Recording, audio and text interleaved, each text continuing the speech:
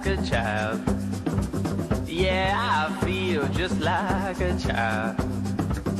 Well, I feel just like a child. Well, I feel just like a child.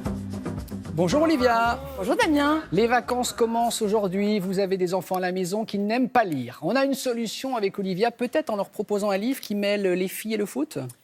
Par exemple. Hein, ça pourrait être une bonne idée, ça ? Par exemple, Sunakali, la Messie de l'Himalaya.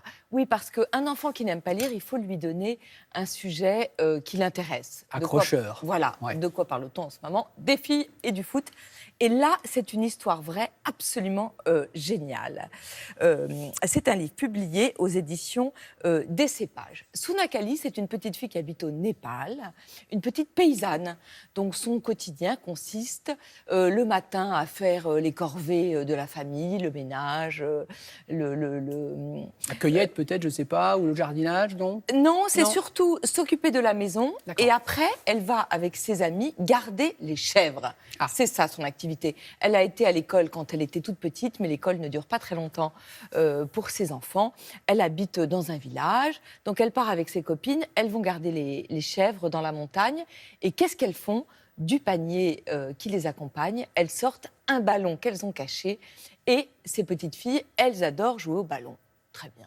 Un jour, arrive dans le village un entraîneur qui est chargé de recruter dans tout le pays des petites filles pour constituer la première équipe junior de filles. Seulement, les parents des petites filles ne sont pas du tout d'accord. Parce qu'ils disent, mais d'abord, qui va s'occuper des chèvres du village ? Donc l'entraîneur leur donne des crampons, des maillots, les filles commencent à jouer, elles progressent et bientôt elles partent pour faire leur premier match. Alors là, il faut faire 3 jours de marche.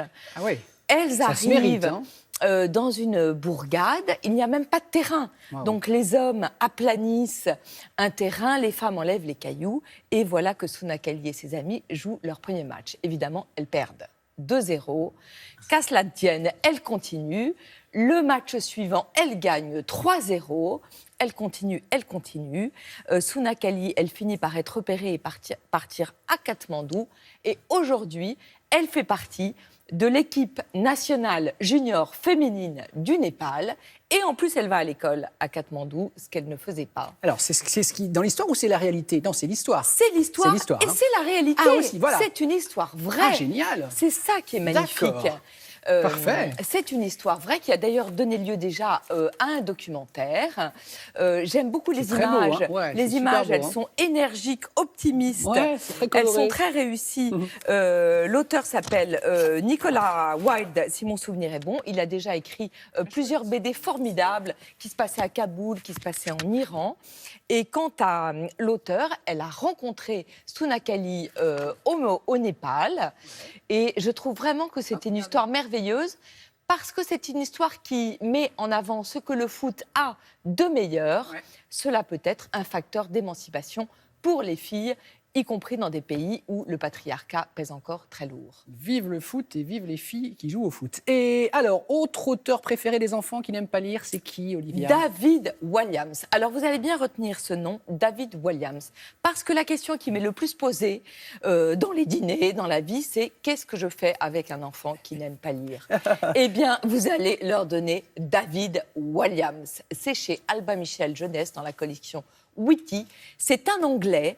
Il était comédien. Il était le mari de la top modèle Lara Stone. Il jouait dans des séries comiques. Il a commencé à écrire des livres pour les enfants qui sont traduits dans 40 pays, vendus à des millions d'exemplaires. C'est aussi un gars qui est engagé dans des associations caritatives. Il a traversé la Manche à la nage pour gagner de l'argent pour des enfants. Et il écrit des livres à mourir de rire. Alors, vous allez commencer par les enfants les pires du monde. Parce que c'est très drôle et parce que ce sont des histoires courtes et faciles à lire. Alors, vous allez découvrir Gustave Labave. Et oui, vous allez découvrir Mathieu le Pouilleux. Mathieu le Pouilleux, il a beaucoup de poux qui sont devenus ses animaux de compagnie. Vous allez découvrir Sophie Sofa, qui passe son temps devant la télévision, à tel point que ses yeux sont devenus carrés à force de regarder l'écran. Vous allez découvrir Pétula Flatula et vous allez deviner, Damien, la suite. suite. particularité. Ah bon, on va vous l'expliquer, Patrice. Patrice, Exactement. Non, en fait, elle ne manque pas d'air.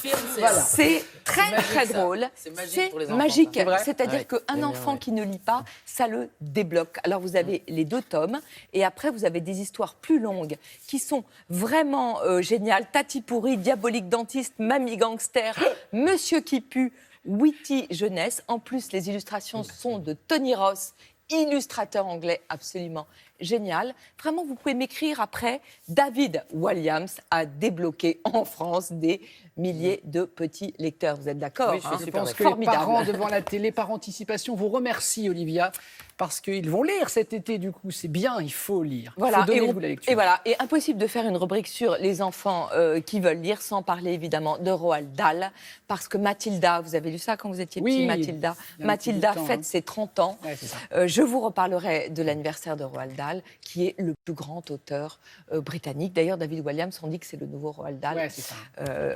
Mathilda, Gallimard Jeunesse.